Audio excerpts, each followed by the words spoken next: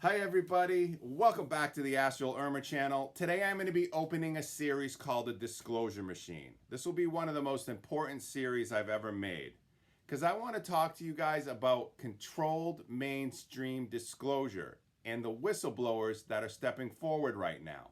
The ones who are shaping public opinion and the ones that are being presented as the voices of truth. People like David Grusch, Luiz Elizondo, and Steven Greer, and many more. Some of these names appear suddenly as if, they're promoted everywhere and they're wrapped in the aura of secrecy and revelation. But before we go deeper, I want to set the tone clearly. The series is not about a person. It's about a system. It's about the way that information is managed, crafted, filtered, and released in very specific ways. It's about how the agencies that hide the truth are the same agencies that decide when the truth is allowed to be shown and how much of it can be seen. What is happening right now with disclosure is not an accident. It's not a spontaneous burst of honesty. It is a carefully timed narrative that has been placed in front of the public for a purpose.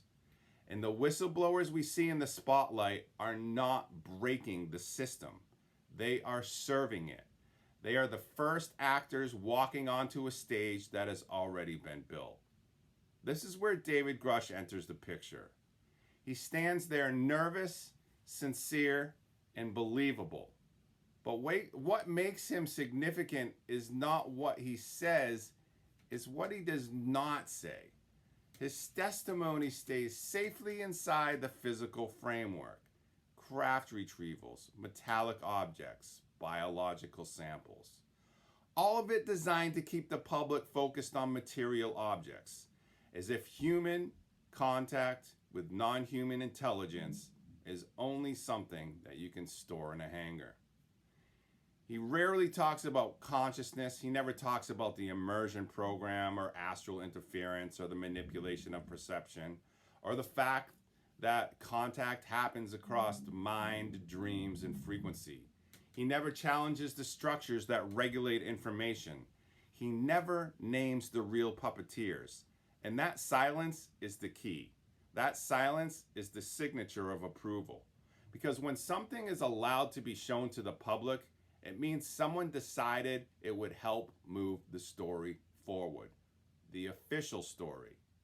The safe story. The narrative that leads exactly where they want the collective mind to go. This is the foundation of what I call the false disclosure. The disclosure that is manufactured instead of organic. The one that looks like a revelation but is actually a controlled introduction to a future event. Possibly a stage contact. Okay? Something that looks like aliens arriving but is actually a psychological operation designed to manipulate fear, trust, and belief. This entire series will be about that. How whistleblowers are chosen. How their testimonies are shaped. How the public is nudged in a direction that prepares them for the next step in the plan.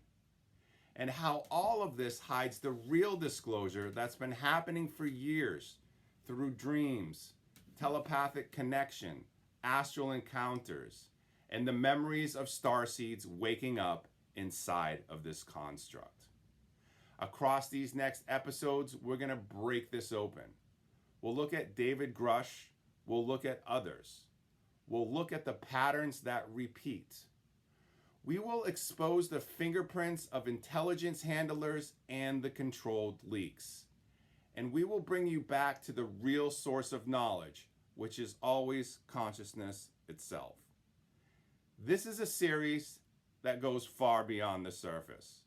This is an invitation to step outside of the stage and see the mechanics behind the illusion.